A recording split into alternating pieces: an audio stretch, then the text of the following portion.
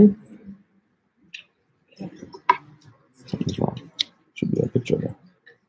Maybe this was connected. Hmm? Uh-oh. Should I grab my computer?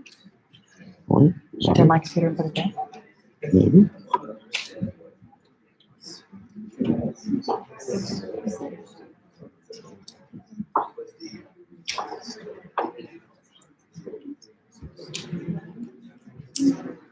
All good? No. I don't know why the screen isn't going. Should I? Oh, yes. Sweet. That's mine. Yes, I'm adding this to the collection. And I'll just put the I could just ask everybody, if you're sitting in a row where there's some seats in the middle, you can hop over so that people can. We don't want to have empty seats in the middle and have people have to climb over you to get to the seat. So just leave the empty seats at the edge. Thank you.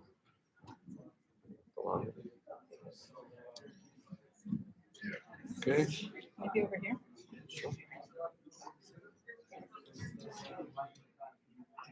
Should I bring this down? Here.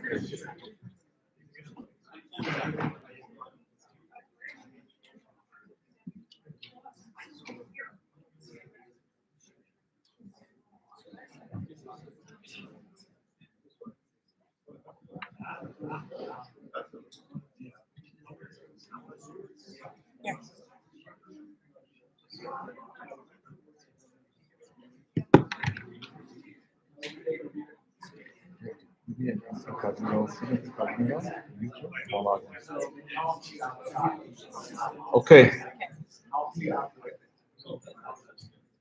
Thank you all for coming tonight. You hear me? Okay. We're going to start with a short prayer for peace and security, for the return of the hostages, for an enduring peace in Israel and around the world. If you know the song, please sing along. I'll be singing Psalm 121, Shir LaMa'alot in Hebrew.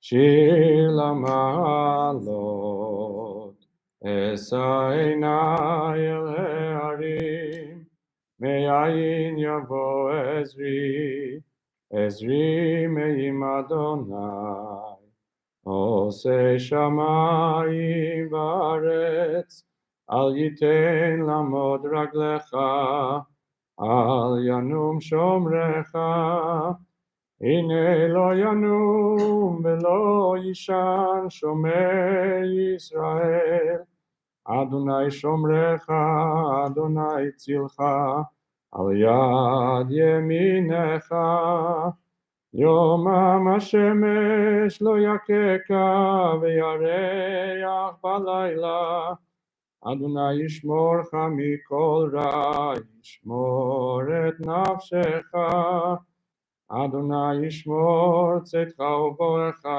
me'ata ve'ad olam. We're here tonight. There's a few more seats. Just come down. There's seats in the front. You're all VIPs. Huh? Yeah. We're here tonight to listen, and we're here to get an understanding of the truth of the realities on the ground, of the nature of the attack of October 7th primarily, and what that means for Israeli society, and what that means for all of us, really. And I just want to say before we start that it's never okay to try to shut down a survivor of something as terrible and barbaric as the attacks of October 7th. And so those who tore down the posters that were hanging on campus or on University Avenue for this event have said much more about themselves than about us. And that's just unacceptable. The Jewish people have survived miraculously all sorts of attempts at annihilation, and we will survive this one too, there's no doubt. But it's still important and helpful for us and the world to understand the nature of this particular attempt.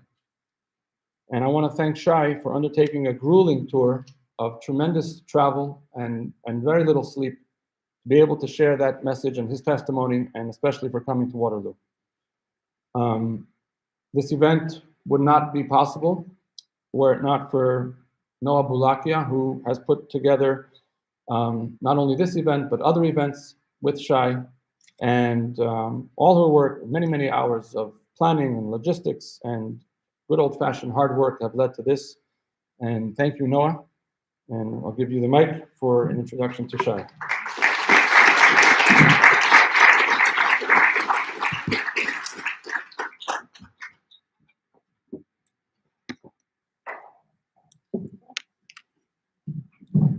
Thank you, Rabbi. I think he undercredits himself. He does a lot. So I'd like to give you a quick flashback to October 6th. 26,000 Gazans returned home to their home in Gaza after a full day of working on Israeli kibbutzim, moshavs, and cities.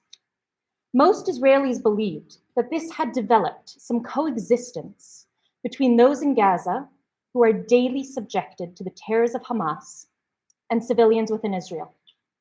On October 7th, that idea was shattered. The people we had tried to build a relationship with led to our downfall, as while they were in Israel, some plotted out our bomb shelters, safe houses, and counted how many of us were in each family, so that Hamas knew exactly where to attack. And yet, a lot of people call this a resistance. Is it a resistance to kill children hiding under their beds? Is it a resistance to throw grenades into civilian bomb shelters?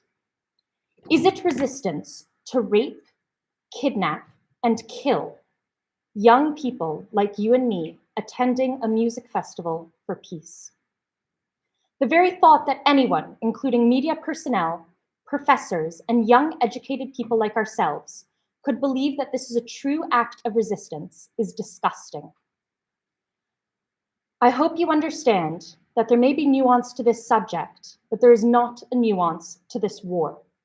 We must condemn Hamas and help support the IDF.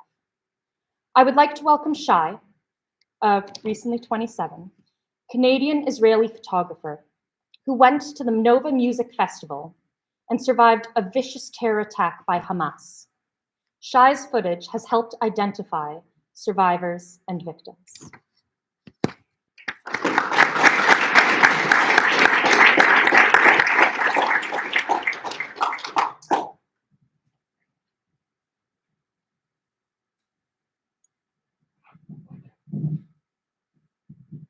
Hello? Hello? Hello? All right, cool. That doesn't really sound like it to me. My name is Shai Klein Weinstein. I'm 27 years old. I almost said 26. And I was born and raised in Etobicoke in Toronto, here in Canada. And just last year, April 2023, April 27th, I went on a vacation to Israel and I didn't come home. I just decided to stay and make Aliyah.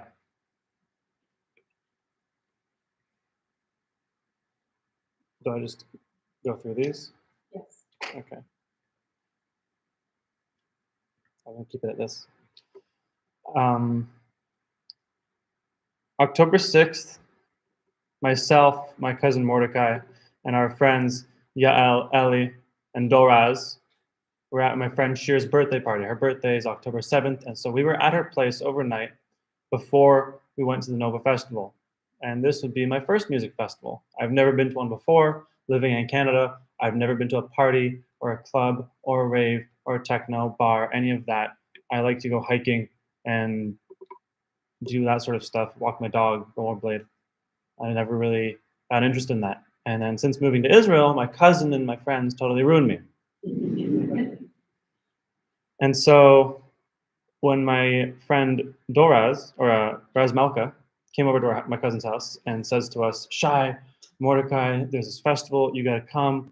It's something we started, it's called Supernova. It's gonna be thousands of people. That'll be the best thing ever. Please, I want you there. In my head, I was imagining like Electric Forest, Coachella, Osheaga, Way Home, Lightning in a Bottle. That's what I was picturing. You know, I was picturing a few stages here and there, and then thousands of people crowded around them, and garbage all over the floor, and expensive food, and disgusting toilets that you really don't want to use, and so you don't, and you just power through it for the next 6.5 hours. That's what I was expecting, but that's not at all what I got. You know, for my friend's birthday party, we went to the festival. The 6 of us, And on the way there, I'm finding that I'm actually getting excited. I'm looking forward to it. I was actually, I want to do this now. It's not something I'm just doing because maybe why not? And the ticket was expensive, so there's no way I wasn't going. And going to the music festival, I was thinking a lot of things. And one of those things was not, where's Gaza? My first music festival, living in Israel for 6 months. It's October. I arrived in April. My Jewish geography of the land is not amazing. I don't know where the Gaza Strip is, especially because we're arriving at 2 a.m. And I wasn't driving. I was DJ. And that's the car we were in the far right, far left. Myself, my cousin Mordecai, you see him in the driver's seat, and the girls in the back. Keep that mental image in your head, right? Whenever we're talking about and going through everything that happened and saying what we're seeing and doing, remember that's the car we're in. We're not in some Jeep or a Hummer or an SUV or a van. This is what we're in, a little 4-door sedan. And you see, we're not even 6 kilometers from the Gaza Strip. The party site and Gaza are really close. You can walk it on foot in less than an hour. And we get to the music festival, and we pull into the parking lot, and we see all of the cars. We see everybody. The festival had a capacity of 4,500 people, roughly.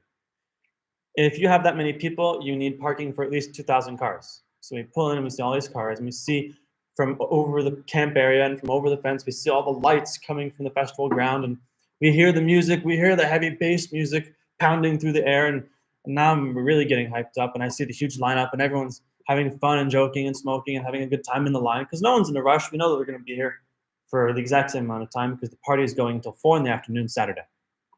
We get out of the car, get our stuff with us, get our wristbands, get checked in. Security looks through our stuff. Security armed with handguns and rifles.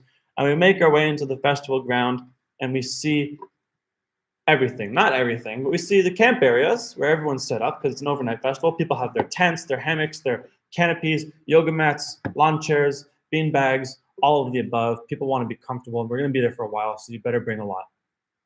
And you look around, and you see all the trees lit up with yellow lights throughout them, and you see everyone's tents and everything set up here and there, and everyone's having a good time, and it's a really positive environment. And people are laughing and hugging and kissing and joking and smoking and drinking and having a good time and saying, you come over here, join us, you join us, and it's just a really amazing environment, better than I could have anticipated. And we get in there, we see our friends, Barak and Almog. They had picked out a camp spot for us as they had arrived much earlier. We get settled in, we get our stuff out and unpacked, and now we take a breath, we take a breather after that 1-hour drive. And now we take our drugs. We all take ecstasy and MDMA in the night around 2:30 in the morning when we arrive. We make our way into the festival ground, and we see the main stage on the right, a giant Buddha statue. And then to the left, in the very back, we see the small stage called the mushroom stage because it's smaller. And we see in the middle, there's 2 bars, there's a marketplace, there's an arts tent, there's